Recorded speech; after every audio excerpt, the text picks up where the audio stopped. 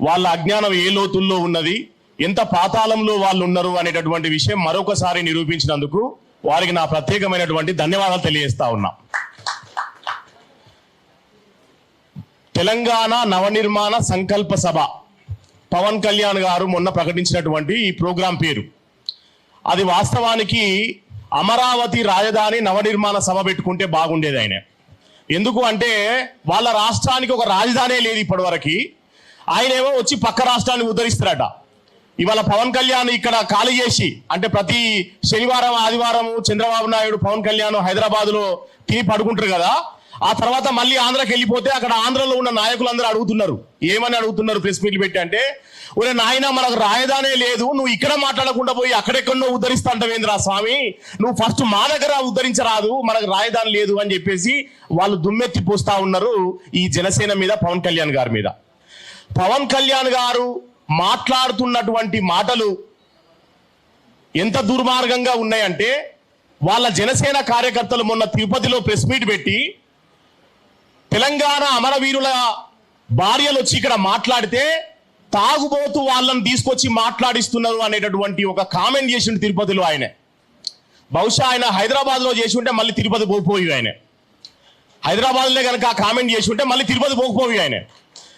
So ఆడవాళ్ళని గౌరవించాలనే minimum సంస్కారం లేనటువంటి వాళ్ళు, తెలంగాణ అమరవీరుల పట్ల కనీసం బాధ్యత లేనటువంటి వాళ్ళు, త్యాగాలు చేసినటువంటి 1300 మంది బిడ్డలని అవమానపరుస్తున్నటువంటి వాళ్ళు ఇవాళ జనసేన కార్యకర్తలుగా ఉన్నారు అంటే కార్యకర్తల తప్పు కాదు, నాయకుడే అట్లా ఉన్నాక కార్యకర్తలు అట్లా ఉండడం చాలా సహజాతి సహజమైనటువంటి విషయం.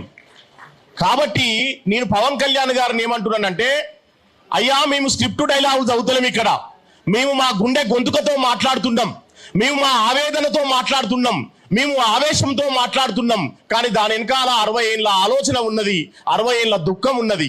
ఈ తెలంగాణ ఊరికే వచ్చింది కాదు. తర్వాత నేను ఒక క్లారిటీ ఇవ్వదలుచుకున్న మీడియా మిత్రుల సాక్షిగా, వాళ్ళు చంద్రబాబు నాయుడు గారు కూడా ప్రెస్ మీట్ పెట్టి నిన్న ఏమన్నాడంటే, దేశంలో ఎక్కడైనా సరే ఎవరైనా ఎక్కడికైనా పోయి ప్రచారం చేయొచ్చు, నేను కేరళకి పోయినా, నేను కర్ణాటకకి పోయినా, నేను తమిళనాడుకు పోయినా అని మాట్లాడుతున్నాడు.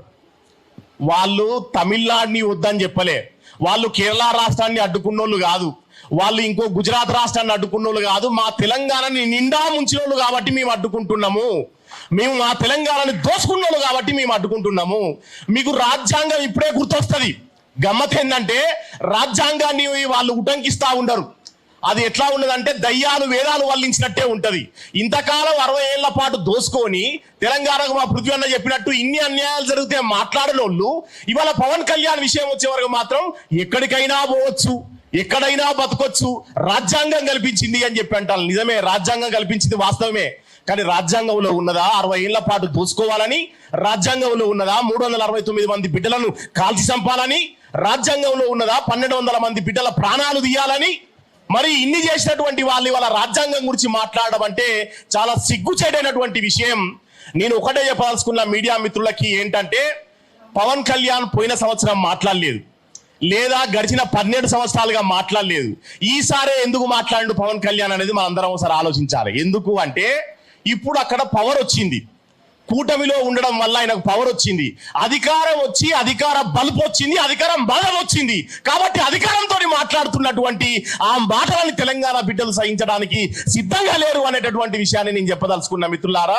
కాబట్టి అధికారం ఉన్నది కదా అని చెప్పేసి విర్రవిగితే ఎవరికైనా బుద్ధి చెప్తారు. మొన్న పవన్ కళ్యాణ్ గారు మాట్లాడుతూ ఆంధ్రప్రదేశ్ వద్దంటాళ్ళు, ఆంధ్రలో వద్దంటున్నారు, ఆంధ్రలో మాదిగలు లేరా అని చెప్పేసి అంటున్నాడు, ఆంధ్రలో మాలలు లేరా అని చెప్పేసి అంటున్నాడు.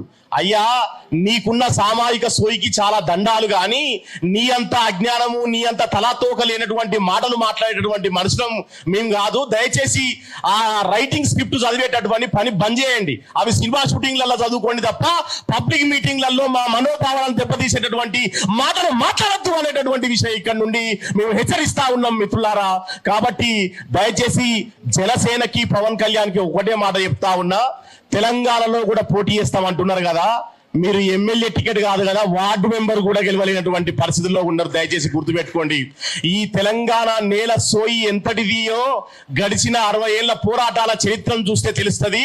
ఎక్కడ పిడికడు మట్టి తీసుకున్నా సరే అది వీరుల కథల్ని చెప్తుంది, అది పోరాట కథల్ని చెప్తుంది, అది తిరగబడేటటువంటి తనాన్ని చెప్తుంది. కాబట్టి కాలోజీ అన్నట్టు ప్రాంతం వాడు దోపిడీ చేస్తే ప్రాంతంలోనే పాతరేస్తాం, ప్రాంతేతరులు దోపిడీ చేస్తే ప్రాంతం అవతల దాకా తన్ని తరుపుతాం అనేటటువంటి విషయాన్ని మేము తెలియజేస్తా ఉన్నాం. పవన్ కళ్యాణ్ గారు చేసినటువంటి దుర్మార్గమైనటువంటి వ్యాఖ్యల వల్ల జరిగిన ఒక ప్రాబ్లం ఏంటంటే, ఒక ఆంధ్ర సినిమా డైరెక్టర్ మిత్రుడు నాకు ఫోన్ చేసి, అన్నా మమ్మల్ని చాలా బూతులు తిడుతున్నారు మీ ఊళ్ళు, మమ్మల్ని ఇక్కడ నుండి పంపించే జీవో ఒకటి తీసుకురావచ్చు కదా అన్న అని చెప్పేసి ఆయన వెటకారం ఆడుతున్నాడు. నేనేమంటున్నా అంటే, అసలు గెలికింది ఎవరు, అసలు ఈ రప్చర్ తీసుకొచ్చింది ఎవరు? 12 సంవత్సరాలుగా ఏనాడు మనం ఆంధ్ర మిత్రుల్ని ఒక మాట అన్నోళ్ళం కాదు. నన్ను నాగార్జున యూనివర్సిటీకి ఒక చీఫ్ గెస్ట్ గా పిలిస్తే నేను అక్కడ చెప్పిన, రాష్ట్రాలు వేరైనా మన రక్త సంబంధం ఒకటే అనేటటువంటి మాట అక్కడ నేను చెప్పిన. అంత సంయమానంతో ఉన్నాం. సజయ్ కొచ్చిన్ సీనియర్ జర్నలిస్ట్ వారిని వేదిక మీద రావాల్సింది ఆహ్వానిస్తా ఉన్నాం. మరి అట్లా అన్నదమ్ములోలే అక్క చెల్లెలోలే కలిసి ఉన్నటువంటి మన మధ్యలో చిచ్చు పెట్టేటటువంటి పని పవన్ కళ్యాణ్ యొక్క అజ్ఞానపు వ్యాఖ్యల వల్ల వస్తా ఉన్నది. తెలంగాణ బిడ్డలు అమాయకంగా లేరు. ఎవడు తెలంగాణ ఆత్మగౌరవాన్ని అస్తిత్వాన్ని కించపరిచేటటువంటి మాటలు మాట్లాడినా సహించది ఈ నెల అనేటటువంటి విషయాన్ని తెలియజేస్తూ, మేమంతా క్రాంతిదల్ పృథ్వీరాజన్న వెంటనే ఉన్నాం. పృథ్వీరాజన్నని కనుక బదలాం చేస్తే ఎవరినైనా వదిలిపెట్టమనేటటువంటి విషయాన్ని తెలియజేస్తూ, జై తెలంగాణ, జై తెలంగాణ. థ్యాంక్ యూ అన్న.